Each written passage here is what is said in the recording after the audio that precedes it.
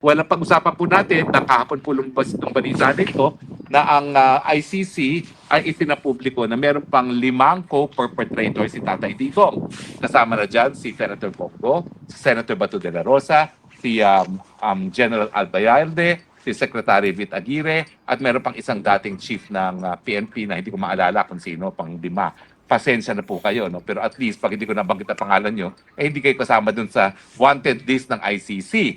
Ngayon, nagreklamo ang mga abogado ni Tatay Digong, bakit daw isinapubliko yan? Bakit nga naman isinapubliko yan? No? Nagkaroon kasi ng rule ang ICC na henceforth, lahat ng magkakaroon ng warrant of arrest treated as confidential. So, hindi inaanunsyo. Pero ano ang motibo ng ICC at inanunsyo itong 5 co-perpetrators samantalang ang hukuman mismo nagsabi na dapat confidential, no? Hanggang hindi pa naaaresto, hindi nga dapat pangalanan kung sino yung mga may warrant of arrest. Kaya nagrereklamo ang mga abogado ni Tatay Digong dahil alam niyo naman sa 23 ng buwan na ito, magkakaroon ng confirmation of charges. Yan nga yung proseso kung saan titignan kung merong probable cause para magpatuloy ang kaso sa trial. Diyan nga po yung nagkakaiba ang proseso sa Pilipinas at saka dito sa ICC. Ang proseso sa Pilipinas, walang warrant of arrest hanggang matapos ang preliminary investigation. At sa preliminary investigation, titignan kung merong probable cause. Ano ibig sabihin ng probable cause? Na merong krimen na posibleng nangyari at posibleng nga na yung nasasakdal ang gumawa ng krimen.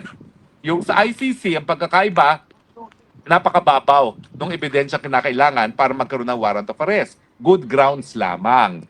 At kaya naman nagkaroon ng pagbabalanse yan dahil napakababaw ng ebidensya na hinihingi para magkaroon ng warrant of arrest, binibigyan ng karapatan na magkaroon ng interim release. So bagamat merong warrant of arrest, dahil mababaw lang ebidensya, good grounds, babalansehin naman yan na kinakailangan bigyan ng interim release. Pero alam naman natin na hindi na pagbigyan ng interim release si Tatay Digong ang dahil sabi nila, meron daw posibilidad na tumakas, miski natutumba na sa paglalakad na mag-isa si Tatay Digong, at meron pa raw pagkakataon si Tatay Digong na gumawa pa ng ibang mga krimen at siyempre posible pa rin daw na takutin mga ebidensya at sirain ng mga ebidensya laban sa kanya.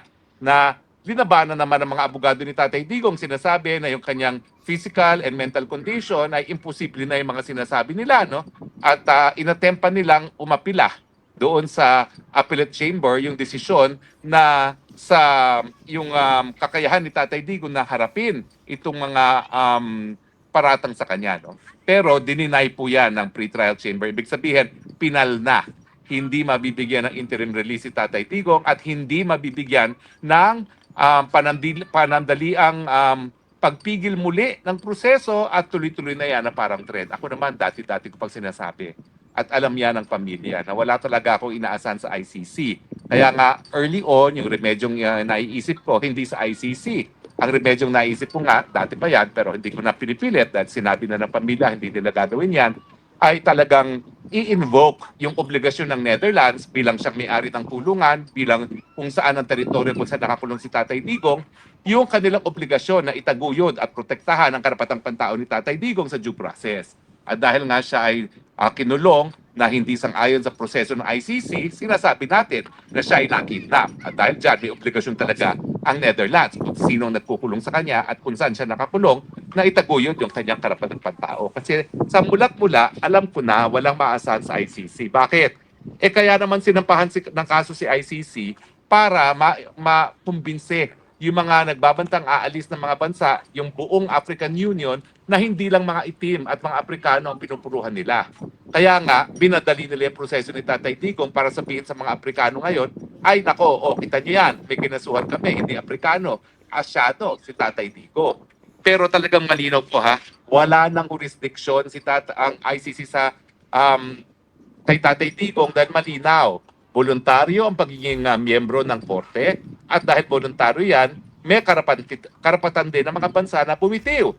Kaya nga lang po ang requirement, hindi po pwedeng maging epektibo yung pagbibitiw ura-urada, bibigyan ng 1 taon yan para maging epektibo. At doon sa loob ng 1 taon, dyan dapat gumalaw ang hukuman kung gusto nilang gumalaw sa isang nasimulan ng pag-aaral kung magsasapangan na paglilitis. So dapat yung proseso sa hukuman ay magsimula sa loob lamang ng 1 taon matapos na ma-deposito yung instrument ng pag-withdraw. Pero dito po sa Pilipinas, 2 taon na nagsimula. Kaya nga, nung naunang pagkakataon na itong issue ng jurisdiction ay nadala na sa ICC, 3 juez lamang ang nagsabi na merong jurisdiction ng hukuman, 2 juez, ito pa yung mga senior judges, so yung chairman ng appellate committee kasama na po ay nagsabing wala ng jurisdiction dahil nung nagsimula ang korte na bigyan ng abiso ang prosecutor na magsimula ng preliminary investigation, 2 taon na yan. Hindi na miyembro ang Pilipinas nung nagsimula sila ng preliminary investigation at therefore wala ng jurisdiction. Pero dahil 3-2 nga ang butuhan, patuloy pa rin yung kaso. Pero ang sabi talaga ng hukuman, nung unang pagkakataon na yon, yan ay without prejudice doon sa decision on jurisdiction. At ngayon nga, nakabinbin sa appellate tribunal yung issue ng jurisdiction. At ako naman po, parang mas malakas ang pag-asa natin ngayon kasi bagamat nagsumiti na ng mga posisyon ng parehong partida, ang prosecution at si Tatay Digong, abay humingi pa ng karagdagang observations ang hukuman doon sa issue ng jurisdiction. So talagang pinag-iisipan ngayon ng hukuman. At ang kailangan lang natin na 1 juez para 3 juez ngayon na magsabi na walang jurisdiction at 2 juez, biski sabihin nila may jurisdiction, maging minorya. So kinakailangan lang natin mapalitan yung boto ng 1 juez para makauwi na si Tatay Digong at mukhang pinag-iisipan ng mas malalim ngayon ng mga juez ng appellate tribunal yung issue ng jurisdiction. Ito yung dahilan kung ba't nagrereklamo yung mga abogado ni Tatay Digong para maintindihan natin lahat. Kasi nga naman, kapag ang appellate tribunal ay nagdesisyon na wala ng jurisdiction ang ICC, ibig sabihin yan, uuwi na si Tatay Digong. At ano pa ang dahilan para i-anunsyo kung sino o di umano mga core perpetrator kung madidismiss naman talaga ang kaso dahil wala na jurisdiction ang hukuman. Ibig sabihin yan, kapag na-dismiss dahil lack of jurisdiction, although ang nagsampa niyan ay si Tatay Digong, lahat ng mga co-perpetrators di umano makikinabang. Kasi either meron o walang jurisdiction ng hukuman at kahit anong pang ebidensya ingawa-ngawa nila dyan dahil wala na nga jurisdiction ng hukuman, wala na kahit sinong po pwedeng mailiti sa ICC. So ang tanong, bakit ang ICC mismo nag-release ng isang confidential information kung sino pa yung 5 co-perpetrators ni Tatay Digong sa panahon na inaantay na lang ang desisyon ng appellate tribunal kung merong ang jurisdiction o wala? Para baga pinaghimasukan ng pre-trial chamber yung magiging desisyon ng appellate chamber pagdating sa issue ng jurisdiction. Kasi kapag linabas mo yung mga pangalan ng co-perpetrators, para bagang itutuloy na ang kaso laban sa lahat, samantalang nag-aantay pa ng desisyon dito nga sa issue of jurisdiction. Ibig sabihin, pinangunahan ang appellate chamber. Kaya nagrereklamo ngayon ang kapo ni Tatay Digong, bakit kayo naglabas ng mga pangalan ng 5 co-perpetrator samantalang sa mulat-mula, alam naman namin kung sino yung 5 yan, pero dahil confidential na information na yan, walang linabas. Kaya nga miski nung sinabi ko na meron ng warrant of arrest na natanggap ang Pilipinas para hulihin si Bato de la Rosa, walang konfirmasyon. At pati ang mga abogado ni Tatay Digong, hindi kinonfirm, hindi dininay, pero alam na nila na talagang totoo naman yung sinasabi ko, no? Pero dahil confidential yan, dahil nga ang rule ay confidential ang service of warrant of arrest ng ICC, na nahimik sila. Pero bakit ang hukuman ngayon mismo naglabas? Para bagang sinasabi nila, huwag yun nang antayin ang desisyon ng appellate tribunal dahil hindi kayo kakatigan yan. Magdidesisyon yan na walang jurisdiction, na merong jurisdiction. Pero sa tingin ko talaga, ako naman po ay ang unang-unang asyano na naging miyembro ng ICC. Naunahan ko pa lahat ng mga abogado dyan sa ICC na mag-accredit ng ICC. At ako talaga yung nangampanya para sa universal ratification ng ICC sa Asia. No? At ang sinasabi ko sa inyo, hindi talaga intensyon ng mga bansa na kasapi ng ICC na forever, palibasa ikaw ay sumapi sa ICC, forever ka nang dapat sumunod sa mga proseso ng ICC. Hindi po. Kasi wala namang sapilitan na pagiging miyembro dyan. At kinakailangan, respectin din yung pagiging soberanyo ng mga bansa na sakop yung desisyon kung gusto pa nila manatili sa ICC or hindi na. Ngayon nga po Burundi, Pilipinas, Hungary. Yan po yung mga kailan lamang bumitiw na sa jurisdiction ng ICC. At syempre po, controversial yung Hungary kasi Hungary ay member ng European Union. Ang ICC po, ang tawag natin dyan, European Union Court. Bakit? Kasi po, halos lahat ng European countries ay miyembro niyan. At yung mga bansang Amerika, China at Russia ay hindi naman kasapi dyan. Sa Southeast Asia nga, ang tanging kasapi lang dyan ay Cambodia. O wala nang iba. Pati yung mga ating mga best friends sa Indonesia, Thailand, Malaysia, hindi naman naging miyembro ng ICC. So bakit nagpupumilit ngayon ng ICC na magkaroon ng jurisdiction? Ang tanong ko, ang sagot po dyan ay simple. Yung sahod ng mga judges na prosecutors, lahat ng empleyado, dahil kung wala na si Tatay Digong, wala na silang kasong dilitisin, wala na silang silbi. At sa totoo lang, nung huling Assembly of State Party, hindi itong taon na ito, yung taon na kalipas, ayun na nga po, pinag-uusapan na kung ipagpatuloy ba ang buhay ng ICC dahil wala namang kasong nalilitis. Totoo po, marami silang mga warrant of arrest laban kay Putin, laban kay yung presidente ng Israel. Mahuhuli ba nila? Ang tanging nakarating lang sa kanila, si Tatay Digong na kinidnap at dinala nga sa ICC ng mga Marcos na bangag. So kapag nawala si Tatay Digong, talagang wala nang saysay ang ICC. Mawawalan na sila lahat ng mga hanap buhay dyan sa ICC. Pero sa akin naman, bakit naman natin bibigyan ng mas importansya yung hanap buhay ng mga nagtatrabaho sa ICC at hindi yung karapatang pantao ng mga taong merong mga kaso ngayon na nakabinbin dyan sa ICC. Dahil kung talagang wala nang suporta sa mga galing sa mga bansa ng daigdigang ICC, dapat isarado na yan. At sa tingin ko, yung ginagawa nila na nagpupumilit sila na ituloy ang paglilitis kay Tatay Digong miski wala ng jurisdiction sa Pilipinas at saka yung ginagawa nila na warrant of arrest kay Netanyahu at saka kay Putin maski hindi naman naging miyembro yan dalawang bansa na yan ng ICC, yan ay mga dahilan kung bakit wala na talagang iba pang mga estado na magiging miyembro ng ICC kasi nga pati yung mga bansa na nagsabi na kami ay magiging miyembro ng ICC, hindi namin isusurrender ang pagiging soberenya namin. At kasakop na pagiging soberenya, yung kapangyarihan na litisin lahat ng mga krimen na di umano ay nangyari sa kanilang teritoryo. At ang ICC, ang tawag nga po dyan, yan ay a court of last resort. Kasi lahat ng krimen na naganap sa mga teritoryo ng mga bansa, maski sila pa ay miyembro ng ICC, ang dapat maglitis niyan ay ang mga bansa dahil sakop yan ng kanilang soberenya. Meron pong demanda na naisampa laban sa mga Briton. Pero dahil ang Briton nga ay meron namang sariling hukuman na gumagana, hindi naman nagpatuloy ang kaso sa ICC at hinayaan nila ang lokal na hukuman ng Britanya na magdesisyon sa mga kasong yan. Pero pagdating sa Pilipinas, pinipilit nila. Kasi nga, kapit na sila sa patalim.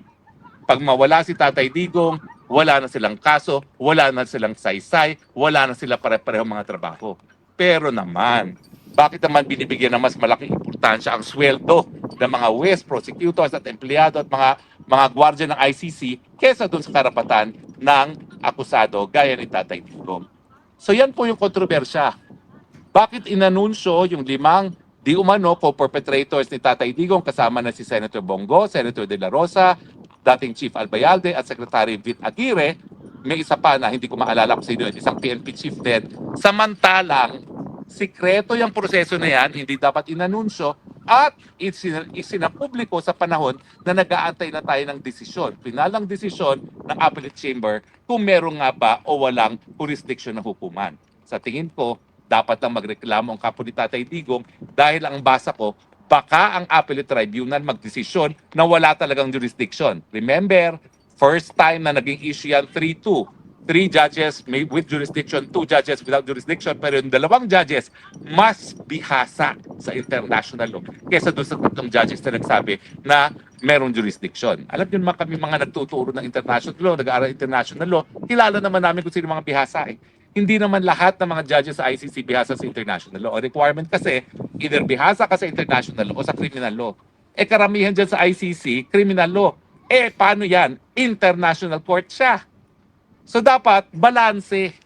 Dapat hindi lang domestic criminal law kanilang karanasan, dapat naintindihan din nila ang international law dahil gaya nga ng issue ng jurisdiction. Di ba, Vienna Convention ng Law of Treaties yan, na kapag ikaw ay naging miyembro, meron ka nga obligasyon na tuparin ang iyong obligasyon, pero nakasaad din sa Vienna Convention na po pwede ka rin bumitiw. At hindi naman forever ang iyong obligasyon na makipagtulungan kung ikaw ay bumitiw. Kaya nga, yung Rome Statute mismo ay nagbigay ng deadline, 1 year, at yan po ay na-miss ng prosecutor pagdating sa kaso ni Tatay Digong. Walang malungkot po sa 23, tinuloy din ang confirmation of charges dahil sinabi ng pre-trial chamber, hindi na po pwedeng i-apila yung issue kung kaya pa bang tumayo ni Tatay Digong given yung estado ng kanyang kalusugan at pag-iisip para sa confirmation of charges. Minamadali nila para din silang tren na ayaw na nilang itigil para ma-fait accompli yung issue ng jurisdiction. Dahil kung mawala nga si Tatay Digong, wala na sila pare-parehong mga hanap buhay. So sana po naintindihan nyo kung bakit nagagalit ang kampo ni Tatay Digong dito sa pag-release ng mga 5 pangalan. At syempre yung miski magkaroon pa ng warrant of arrest laban dito sa 5 ito, mababaw po ang ebidensyang hinihingi para sa warrant of arrest. Good grounds lang. Wala pa yang probable cause. So chances are, walang basihan pa po yan. Kaya nga advice ko sa aking kaibigan, Senator Bongo, Senator Bato de la Rosa, pati si Chief Albayalde, at saka si Sec Vit Aguirre, at saka yung isa pa na hindi ko maalala kung sino, yung isa kasi Kaspolan namatay na eh. Huwag kayong mag-alala, mababaw ang ebidensya nila. Ano pa bang pureba ng mababaw ang ebidensya nila ang kinakailangan natin? Eh nag-advertise pa sila para sa karagdagang ebidensya. Kung talagang case closed sila, eh bakit kinakailangan pa mag-advertise at humingi ng tulong sa publiko, lalong-lalo na sa mga taga-PNP para tumistigo? Yung advertisement nila para sa karagdagang ebidensya, yan po ay patunay na wala at hindi sapat ang ebidensya. Sapat para sa warrant of arrest dahil mababaw ang hinihinging ebidensya, good grounds labang, pero sa tingin ko, alam nila, hindi pa sapat yan para sa probable cause at malakas pa rin ang pagkakataon at ang tsansa na pagkatapos ng confirmation of charges, kung patas ang pagdinig, eh dapat sabihin na walang probable cause laban kay Tatay Digong. Pero siyempre, ang lahat nito, ang importante, pagdasal natin na makauwi na si Tatay Digong. Ako po ay patunay sa kapangyarihan ng pagdarasal sa ating Panginoon. Sa mulat-mula po, nung ako'y lumabas ng bansa, hindi ko po alam kung ano mangyari sa akin. Ang daming beses na po na akala ko, ako'y tinatawag na ng Panginoon. Pero ang sinasabi ko, thine will be done. At hindi pa naman ako kinuha ng Panginoon. Hanggang doon sa panahon na ako'y nag-opera ng major surgery na ang dami kong mga complications dahil ako'y diabetic, may coronary heart disease, etc. etc. Ako po, ang sinasabi ko lang talaga, bago ako napatulog ng surgery, at ito rin ang sinabi ko dun sa aking anak-anakan na si Vi na inopera rin kailan lamang, recite Psalm 23. The Lord is my shepherd, I shall not want. Surely, goodness and mercy shall follow me for the rest of my life. At yan din po ang aking mensahe kay Tatay Digong. Tatay, hindi kita iniwan, gaya na aking pangako. Wala ako sa Netherlands pero hindi ako lumayo sa iyo. At hanggang ngayon, lumalaban ako manatili sa Europe dahil ang pangako ko, hindi kita iiwan, believe it or not, ikakadena ko ang sarili ko dito sa Europe. Hindi ako uuwi nang hindi tayo magkasama. Promise yan! And pinagdadasal ka namin. And remember, kahit anong pagsubok mo, Psalm 23, the Lord is our shepherd, we shall not want, surely goodness and mercy shall follow us for the rest of our lives. Laban lang, Tatay Digong. Narito kami. Narito ako, narito ang sambayan ng Pilipino. Yung 80% ng Pilipinong nagsabing approve sila sa iyo nung ikaw ay umalis ng bansa. Ngayon po siguro 95% na ibigay na natin yung 5% sa mga bata. Approve ba kayo? Well, sana naintindihan niyo po ang latest sa controversy. Huwag po kayo mag-alala.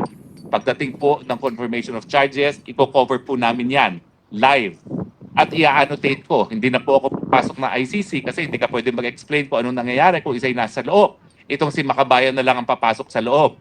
Pero nasa labas po kami, naka-live po kami. Meron pong isang media na pumayag na i-carry kaming live provided na pwede rin tayong i-carry live, lalong-lalo na yung annotation na gagawin natin sa Tagalog at sa English. So kita-kita po tayo sa 23, samahan natin si Tatay Digong dahil yan po ang pangako natin, walang iwanan. Ito po ang inyong spokesman galing sa Semmering, Austria. Skiing capital of Austria. Hindi na po ako mag-i-ski dahil sigurado mababalian lang ako ng buto. So ang gagawin ko na lang, kakain habang nag-i-skiing sila. Maraming salamat po sa inyong patuloy na pagtangkilik. Ito po ang inyong Spock ng Bayang sabing, I love you, Philippines. You're the only country that I have. You're the only country that I will love. God bless the Philippines. Bye! So, ayun po mga kababayan, ano po masasabi nyo dito sa balita po ni Attorney Harry Roque patungkol nga dito kay PRRD. So, mag-comment po kayo mga kababayan, mag-like at mag-subscribe sa ating video. At sa mga bagong pasok dyan, pa-subscribe din po ng ating channel.